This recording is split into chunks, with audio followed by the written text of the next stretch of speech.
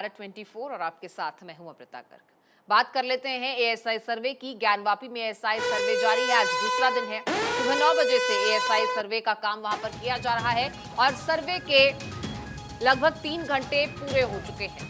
आज के इस सर्वे में मुस्लिम पक्ष भी शामिल है, जो कि खासियत भी है, और सर्वे के लिए 4 हफ्ते का समय एएसआई की टीम को मिला है। तो देखिए, सुप्रीम कोर्ट की तरफ से बीते दिन ये साफ कर दिया गया कि एएसआई सर्वे रुकेगा नहीं, ये सर्वे जारी रहेगा। निचली अदालत के आदेश को जारी रखा गया है और सुप्रीम कोर्ट ने मुस्लिम पक्ष को भरोसा दिलाया है कि आने वाले समय में भी कोई खुदाई का काम यहां पर नहीं होगा और ये भरोसा दिलाया गया है कि जो मौजूदा ढांचा है उसमें कोई भी बदलाव नहीं होगा, कोई तोड़फोड़ नहीं होगी, धार्मिक आस्था का ख्याल रखा जाएगा।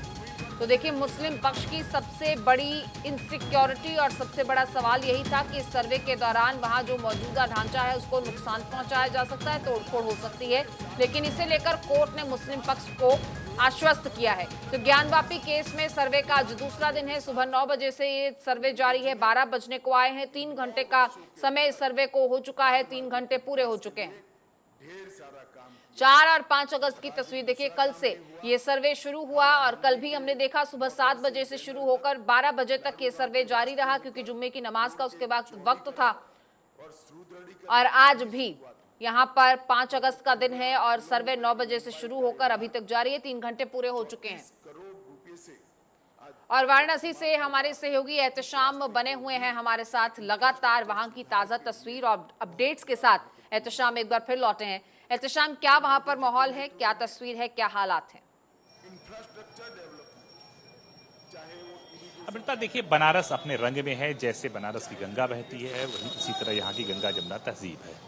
पूरी तरह से अमन और चैन का पैगाम लिए लोग एक दूसरे से मिल रहे हैं। सिर्फ थोड़ा सा फोर्स आपको हमारे पीछे ज्ञानवापी के इलाके में देखने को मिलेगी। जो 3 से 4-5 किलोमीटर का पूरा कॉरिडोर है वो पूरी तरह से छावनी में तब्दील है। चप्पे चप्पे पर फोर्स तैनात है, क्योंकि आगे जाने के बाद विश्वनाथ कॉरिडोर के करीब, विश्वनाथ मंदिर के करीब ज्ञानवापी मस्जिद है, जहां पे एएसआई सर्वे कर रही है। आज दूसरा दिन है। सुबह 9 बजे से उसकी टीम ने सर्वे का काम शुरू किया था और तकरीबन 3 घंटे का वक्त गुजर चुका है। वो सर्वे की कार्रवाई चल रही है। आपको हम बता दें कि 4 हफ्ते तक ये कार्रवाई चलेगी। दोनों पक्ष के लोग हैं वहाँ, दोनों पक्ष के लोग पूरी तरह से मुतमईन हैं, पूरा सपोर्ट कर रहे हैं। साइंटिफिक तरीके से काम हो रहा है, किसी तरह की कोई दिक्कत नहीं है। सिक्योरिटी को बहुत ही सख्त रखा गया है, किसी को वहाँ जाने की इजाजत नहीं है। कोई भी आदमी परिसर में या मंदिर दर्शन करने जा रहा, फोन अलाउड नहीं है, फोन पूरी तरह से प्रतिबंधित है। मीडिया की एंट्री एकदम बैंड है। कोई भी आदमी अपने साथ कोई ऐसा इलेक्ट्रॉनिक गैजेट नहीं ले जा सकता जिससे गोपनीयता भंग हो जाए। तो हम आपको बता दें कि दोनों पक्ष पूरी तरह से मुतमईन है। जो एएसआई की टीम है वो अपनी साइंटिफिक तरीके से नाप तौल, परत, डिजाइन, मटेरियल, हाइट, ग्राफिकल, नीचे के बेसमेंट, तमाम चीज़ों की जांच कर रही है। उसको बाकायदा डायरी में नोटेट कर रही है। कुछ आईपैड्स लिए हुए हैं, उसमें भी वो ऑनलाइन फीडिंग कर रही है। बहुत से पुराने स्ट्रक्चर से उसका मिलान करा रही है। तो तमाम चीज़ें चल रही है। एएसआई के जो लोग हैं वो किसी से बात नहीं कर रहे हैं, पूरी तरह से गोपनीय रह रहे हैं। हमारी दोनों पक्षों से बात है। एक पक्ष का ये कहना है कि जीत हमारी होगी, हमें पूरा भरोसा है। दूसरे पक्ष का साफ कहना है कि दूध का दूध, पानी का पानी हो जाएगा, हमें किसी चीज से इतराज नहीं है, बस हमारी जो धरोहर है उसको नुकसान ना पहुंच पाए। तो पूरी तरह से शांतिपूर्वक माहौल है यहाँ पे। काशी में जो लोग हैं, आसपास के लोगों को तकलीफ उठानी पड़ रही है, जो बाहर से लोग आ रहे हैं उनको तकलीफ उठानी पड़ रही है, वो भी सिक्योरिटी की वजह से।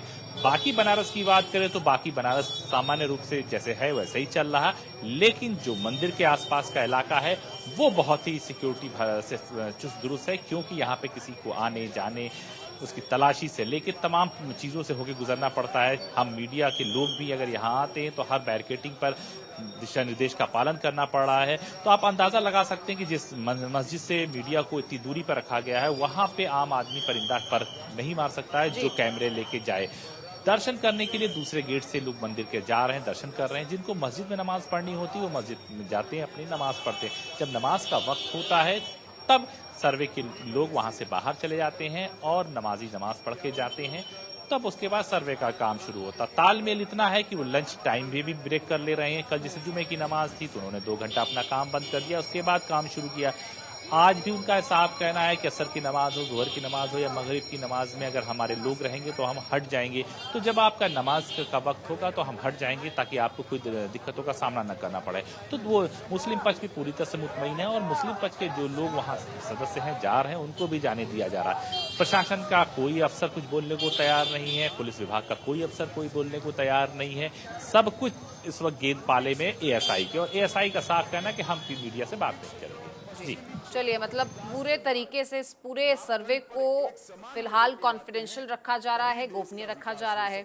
एहतशाम, मैं आपसे ये भी जानना चाहती हूँ कि मुस्लिम पक्ष के रिप्रेजेंटेटिव अंदर कौन कौन मौजूद है, कितने लोग मुस्लिम पक्ष के अंदर मौजूद हैं इस सर्वे के दौरान, क्योंकि आज की ये भी एक खास तस्वीर है। इससे पहले हमने देखा कि मुस्लिम पक्ष ने हमेशा इसका बॉयकॉट किया है, सर्वे में उनकी मौजूदगी नहीं दर्ज कराई गई है, गैर मौजूद रहे हैं, और आज जब वो वहां पर मौजूद हैं, गैर हाजिरी नहीं है, तो ये क्या तस्वीर है और कौन कौन अंदर है? देखिए, अंजुमन कमेटी के 2 मेंबरान उसमें मौजूद हैं, ठीक है, मौलाना साहब मौजूद हैं और जो इमाम साहब वो मौजूद हैं, साथ में 2 जो उनके मुस्लिम पक्षकार के वकील हैं वो मौजूद हैं। और काम इस हिसाब से हो रहा है कि जो अंदर लोग हैं उनको भी अगर अपनी ज़रूरत की कोई सामान लेने हैं या नाश्ता करना है या नहाने धोने या कोई भी ज़रूरत, वो भी आ जा रहे हैं, किसी को पाबंदी नहीं है। सिक्योरिटी ने उनको पहचान लिया, उनको आने की और जाने की पूरी तरह से इजाज़त है। और दोनों पक्ष का ये कहना है कि हम यहाँ कितनी देर तक बैठे, क्योंकि बैठने से कुछ हो नहीं रहा है, वो अपना काम कर रहे हैं और वो कुछ देर तक रहते हैं, उसके बाद वो भी अपने घरों को जाते हैं, अपनी रूटीन प्रक्रिया में काम कर रहे हैं, क्योंकि एसआई अपनी ड्यूटी फर्ज निभा रही है।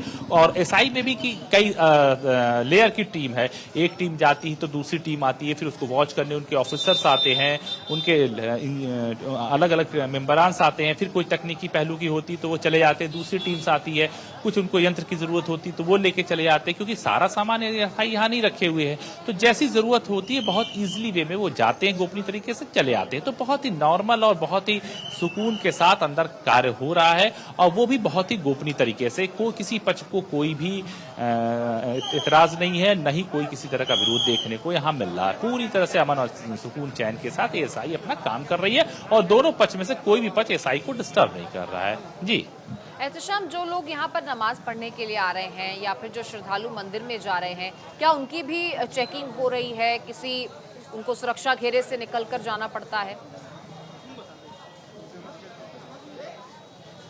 जी हाँ, देखिए, यहाँ पे सबकी चेकिंग हो रही है। हम आपको बता दें, जो 5 किलोमीटर दूर की बैरिकेडिंग है वहाँ से चेकिंग शुरू होती है, हर जगह पर उनकी तलाशी होती है। पुलिस के अफसर अनाउंसमेंट करते हैं कि कोई भी आप इलेक्ट्रॉनिक गैजेट लेके अंदर न जाइए, फ़ोन ना हो, हैंड में वॉच ना हो, कैमरा ना हो, कोई ऐसा यंत्र ना हो जो जिससे आप अंदर की फोटोग्राफी कर सकते हैं, कोई रिकॉर्ड कर सकते हैं, या कोई भी इलेक्ट्रिक वो जमा कराया जा रहा है। उसके बाद तलाशी लेने के बाद जो हिंदू पक्ष के लोग हैं जो दर्शन करने जाते हैं वो दूसरे राइज दर्शन की तरफ रुख कर जाते हैं, जिनको नमाज पढ़नी होती है नमाज की तरफ रुख कर जाते हैं। तो एक बहुत ही नॉर्मल प्रक्रिया है जो हमेशा से फॉलो होती रही है, आज भी फॉलो हो रही है। सिक्योरिटी लेवल बढ़ा दिया गया है, सुरक्षा व्यवस्था को अलर्ट रखा गया है, दायरा बढ़ाया गया, सख्ती ज्यादा की गई है। बाकी व्यवस्थाएं पहले जैसे ही हैं, लेकिन थोड़ा सख्ती की वजह से लोगों को थोड़ी तकलीफें उठानी पड़ रही हैं। जो बाहर से लोग आ रहे हैं वो परेशानियों में हैं, क्योंकि बहुत से दुकानदार मोबाइल रखने में, बैग रखने में भी हिचकिचा रहे हैं। बहुत सी दुकानें अभी भी बंद हैं वहाँ पे, क्योंकि उनकी सेल बिक्री रुकी हुई है, कोई कस्टमर जा ही नहीं रहा, बहुत से लोगों का सामान नहीं जा पा रहा। तो उस इलाके में जो लोग रहते हैं उनको भी दिक्कतों का सामना करना पड़ रहा। वो कई किलोमीटर पैदल निकल कर आ रहे हैं, तो परेशानी झेलनी पड़ रही, परेशानी सभी झेल रहा है। हाँ, पुलिस के आला अधिकारियों की गाड़ी वीआईपी कल्चर की तरह चली जाती है, बैरिकेडिंग हट जाती है, लेकिन मीडिया हो या आम जन लोग हो, उनको पैदल ही आना जाना पड़ता है। 3 से 4 किलोमीटर का कॉरिडोर है, उसमें पैदल ही चलना पड़ता है। तो ये स्थिति है जी। और ऐसे में श्रद्धालुओं में कोई कमी भी देख रहे हैं? दोनों पक्षों के जो श्रद्धालु वहां पर पहुंच रहे हैं, जो नमाजी हैं, क्या उनकी गिनती में कमी आई है? और जो लोग अंदर जा रहे हैं, देखिए वो कुछ गैजेट्स तो नहीं लेकर जा रहे, लेकिन हाँ आंखों देखा कुछ हाल बयान करते हैं। देखिए, दिन के हिसाब से भीड़ भाड़ बढ़ती है। जैसे क्या है कि सोमवार आएगा सावन का, तो उसमें भीड़ ज़्यादा हो जाती है। छुट्टियों के दिन में भीड़ ज़्यादा हो जाती है।